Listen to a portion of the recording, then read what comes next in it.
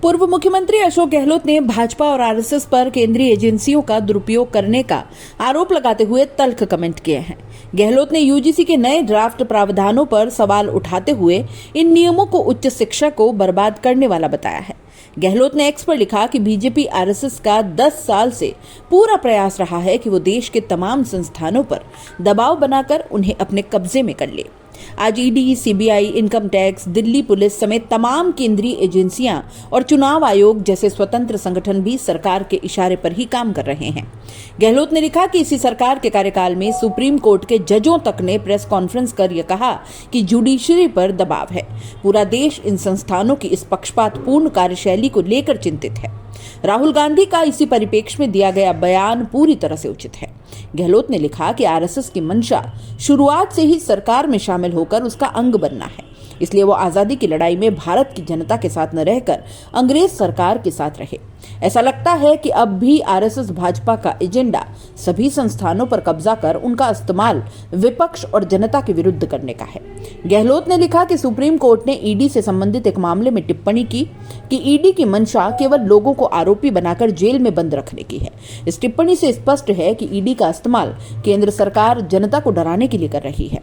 राहुल गांधी का बयान देशवासियों को ऐसी गंभीर स्थिति के बारे में चेताने वाला है। इस बयान को तोड़ मरोड़ कर भाजपा नेता केवल महंगाई, बेरोजगारी जैसे मूल मुद्दों से जनता का ध्यान भटकाने और मीडिया के माध्यम से उनकी छवि धूमिल करने का प्रयास कर रहे हैं।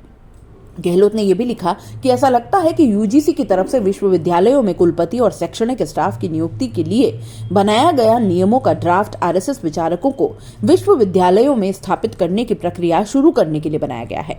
इस ड्राफ्ट के अनुसार अब वाइस चांसलर बनने के लिए एकेडमिशियन होने की बाध्यता भी नहीं रहेगी और राज्य के विश्वविद्यालयों में भी वाइस चांसलर की नियुक्ति केंद्र सरकार ही करेगी। इन नियमों से विश्वविद्यालयों में अनुबंधित प्रोफेसरों की संख्या 10% भी हो सकेगी, यानी चहेते लोगों को प्रोफेसर की तरह लगाना आसान हो जाएगा। पूर्व सीएम ने लिखा कि ऐसे नियम हमारी उच्च शिक्षा को बर्बाद कर देंगे, क्योंकि इससे अयोग्य लोगों के विश्वविद्यालयों में काबिज होने का खतरा होगा। यह देश की संघीय व्यवस्था के साथ खिलवाड़ होगा, क्योंकि इससे राज्यों के अधिकार कम हो जाएंगे।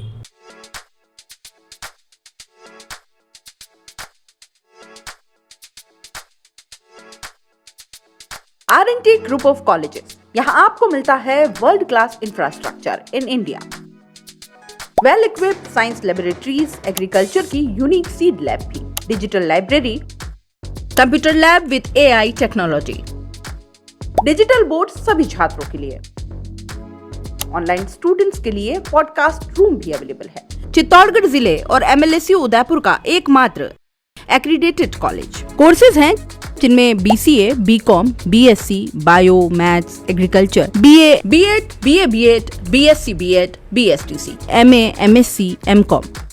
बड़े और खुले ग्राउंड स्पोर्ट्स के लिए, जहां होती है sports activities, training, personality development, student development activities, seminar और कॉन्फ्रेंस फैसिलिटी भी, NCC एक्टिविटीज, ताकि NCC कैडेट के रूप में आप भविष्य संवार सके, देश की सेवा कर सके।